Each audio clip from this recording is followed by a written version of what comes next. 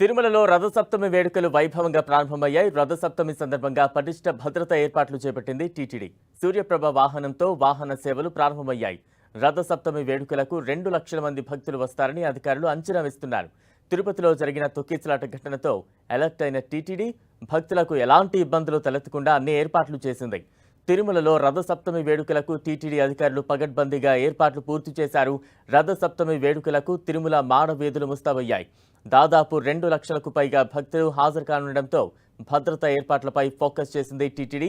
Privilege దర్శనాలన్నింటినీ రద్దు చేసినట్లు TTD ప్రకటించింది. ఉదయం సూర్యప్రభ వాహన సేవతో వేడుకలు ప్రారంభమయ్యాయి. రాత్రి చంద్రప్రభ వాహన సేవతో వేడుకలు ముగుస్తాయి. మానవీధుల్లో కట్టుదిట్టమైన ఏర్పాట్లు చేశారు. గ్యాలరీల్లో 2 లక్షల మంది భక్తులకు అనుమతినిచ్చున్నారు. 130 గ్యాలరీల్లో ప్రత్యేక ఫుడ్ కౌంటర్లు ఏర్పాటు చేశారు.